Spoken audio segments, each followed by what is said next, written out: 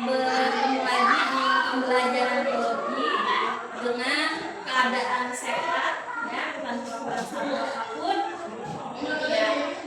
Untuk itu sebelum kita memulai pembelajaran mari kita berdoa ya. Ibu minta tolong si Karina pimpin.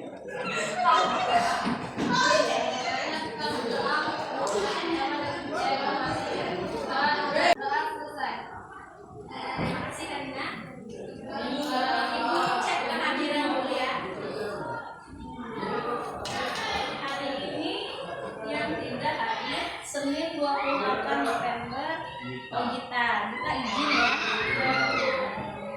Sudah disiapkan. Nah, kemudian masih ada sampahnya ya di laci atau di samping kanan kirinya, segera dibuang ya tempat sampah. Minggu lalu ya kita sudah belajar mengenai klasifikasi kingdom ya. Nah, masih ingat tidak 5 kingdom itu apa saja? Ingat tuh. Pertama kingdom Animalia, yang kedua Plantae, bumi, ada 5 kingdom yang dimulai dari Monera, Protista, bumi, Plantae, Animalia. Selain ada sistem 5 kingdom yang dibuat oleh ilmuwan Robert Halfrecker ya, kemudian ada juga sistem 6 kingdom ya. Nah, jika minggu kita sudah belajar tentang sistem klasifikasi 5 kingdom itu, nah hari ini kita akan memulai pembelajaran tentang virus ya, tentang virus ya. Nah, menurut kalian virus ini dia masuk kemana? Ke dalam 5 kingdom tadi, apakah dia ada di salah satu antara 5 kingdom itu? Ada tidak? Berapa? Nah, untuk itu nanti kita akan pelajari sama-sama. Kita jawab nanti sama-sama pertanyaan itu ya. Apakah virus ini ada kingdomnya tersendiri, ada dunianya tersendiri, atau dia digolongkan ke dalam salah satu dari 5 tadi ya. Nanti akan kita temukan bersama-sama jawabannya. Nah, sebelum kita lanjut ke aktivitas belajar, Ibu mau cerita sedikit. Jadi beberapa bulan yang lalu kita sudah merayakan hari kemerdekaan ya, pada bulan Agustus yang keberapa? 70. Nah, ada yang ingat tidak temanya apa? Ingat.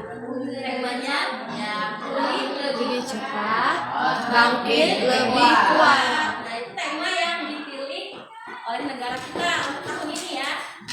Nah, jika kita mendengar kata-kata pulih, pasti ada sesuatu, entah itu pulih dari sakit ya. Oh, dan dia sudah pulih dari sakitnya, gitu kan? Atau pulih dari sebuah musibah, gitu ya. Nah, kalau negara kita pulih dari apa? Kita mencoba bangkit ya, kemudian mencoba pulih kembali setelah 2 tahun, kurang lebih 2 tahun itu kita terbatas aksesnya ya, tidak bisa sekolah tatap muka seperti ini ya, hanya belajar daring saat kasus COVID-19 itu sedang tinggi-tingginya. Dan sekarang karena sudah berkurang ya, kita berada di posisi yang baik lah ya daripada tahun-tahun sebelumnya, sehingga ada pelonggaran ya. Namun kita tetap mengingat bahwa virus corona ini tetap ada ya, dan bisa saja dia bermutasi ya. Nah, jadi hari ini akan kita pelajari nih bagaimana sih struktur virus ya, lalu ciri-cirinya apa saja, reproduksinya bagaimana ya. Itu akan kita pelajari hari ini. Jadi tujuan pembelajaran kita,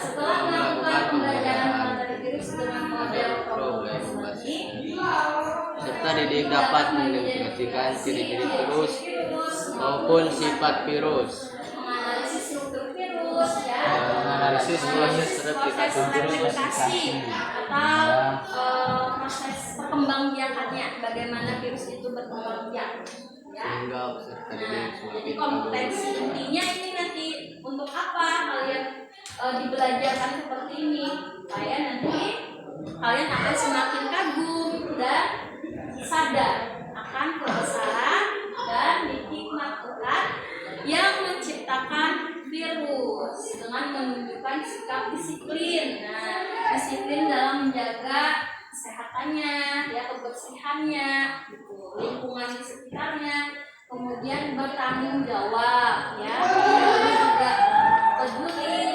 santun, responsif, dan proaktif dalam situasi pandemi coronavirus disease COVID-19 ya. Jadi pandemi kita ini bukannya sudah berakhir ya, masih berakhir, namun kita berada di posisi akhir perjuangan melawan virus COVID ini ya. Kita sedang ada di posisi yang baik. Setelah ini Ibu akan membagi kalian ke dalam 3 kelompok. Kelompoknya sama seperti minggu lalu ya. Boleh sekarang menuju kelompoknya masing-masing. PD-nya ya, LKPD-nya.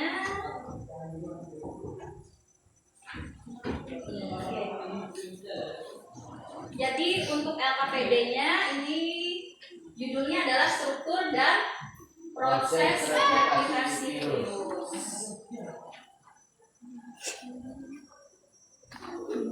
Nah, jangan lupa ini petunjuknya, tulislah terlebih dahulu identitas pada kolom yang telah disediakan.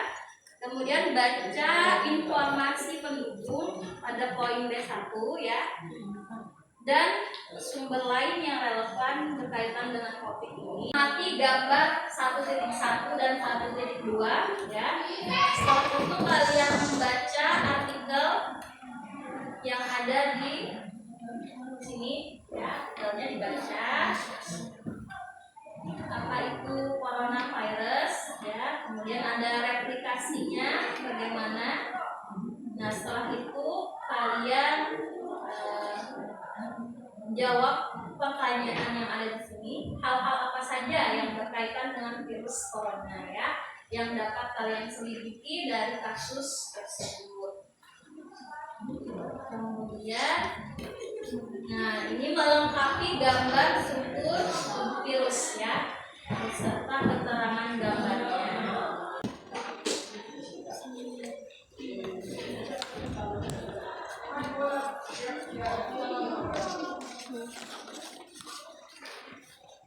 Kita mulai saja presentasinya ya. Jadi jangan lupa tanggapannya, ada tanggapan nanti untuk temannya yang maju ke depan. Apa saja yang berkaitan dengan virus corona yang dapat kalian selidiki dari kasus tersebut? Coronavirus adalah virus yang berbentuk bulat dan berdiameter sekitar 100 sampai 120. Coronavirus memiliki RNA positif sebagai bintangnya dan biasanya sering disebut virus RNA. Replikasi coronavirus berlangsung di sitoplasma sel, dan virus ini juga bisa berkembang biak di sel yang sudah diambil nukleusnya atau endophilus. Pertanyaan yang kedua, lengkapilah gambar 1.3 struktur virus dengan tetap beserta keterangan gambarnya. Saya akan menjelaskan dari soal yang kedua, struktur virus. Yang pertama, ada kapsid, selubung yang berupa protein dan terdiri dari satu unit protein yang disebut dengan kromosomer. Yang kedua, DNA atau RNA, asam nukleat yang membawa informasi genetik. Yang ketiga, ada leher, tempat yang menyambungkan antara bagian kepala dan bagian ekor. Yang keempat, ada selubung ekor menginjeksi DNA virus ke dalam sel inang. dan juga tempat penghubung antara kepala virus dan lempeng dasar virus. Yang kelima, ada serabut ekor. Bagian berupa jarum yang berfungsi untuk menempelkan tubuh virus pada sel inang. Yang keenam, ada papan atau penyangga dasar pada virus, membantu virus untuk melekat pada sel inang, dan juga sebagai sistem saraf pusat yang mentransmisikan pelepasan DNA virus ke dalam inang. Yang ketujuh, ada jarum penusuk menghubungi sel inang supaya DNA virus dapat masuk ke sel inang. Setelah mengisi tabel, sebutkan beberapa ciri-ciri virus yang kalian ketahui. 1. Hanya memiliki bahan genetik RNA atau DNA saja. 2. Tidak memiliki sel atau bersifat aseluler. 3. Berukuran lebih kecil dari bakteri. 4. Memiliki bentuk yang bervariasi. 5. Yang dapat dilihat dengan menggunakan mikroskop elektron. 6. Dapat dikristalkan. 7. Memerlukan asam nukleat untuk berkembang biak. 8. Tidak memiliki sitoplasma. 9. Tidak melakukan aktivitas metabolisme. Ini tadi kalian sudah menyajikan hasil diskusi dari lembar aktivitas kita tadi ya. Nah, jadi untuk yang pertama tadi kalian sudah bisa ya, Ibu Angga sudah bisa menyelidiki ciri-ciri atau hal-hal yang berkaitan dengan artikel yang telah kalian baca tadi ya. Artikelnya tentang apa tadi? Tentang virus corona ya, baik itu dari strukturnya kemudian dari replikasinya ya. Nah, jadi seperti apa ciri-ciri virus secara keseluruhan ya? Nah, ciri-ciri virus yang pertama tadi juga sudah betul ya, setiap kelompok tadi sudah menyebutkan bahwa ciri-ciri virus ada yang berbentuk bulat ya, kemudian ada yang berdiameternya dari tadi yang menyebutkan diameternya dari 100 sampai 200 nanometer. Bakteriofag atau virus yang menyerang bakteri. Ya. Jadi dia memiliki kapsid atau selubung ya, memiliki kapsid atau selubung. Kemudian di dalam selubung itu terdapat DNA atau virus DNA, berarti ada DNA-nya. Kalau virus ini virus RNA berarti hanya RNA. Jadi tidak bisa memiliki kedua-duanya ya. Baik, kalau begitu kita menyimpulkan pembelajaran kita hari ini dari kelompok 1 bisa disimpulkan, dibacakan kesimpulannya apa?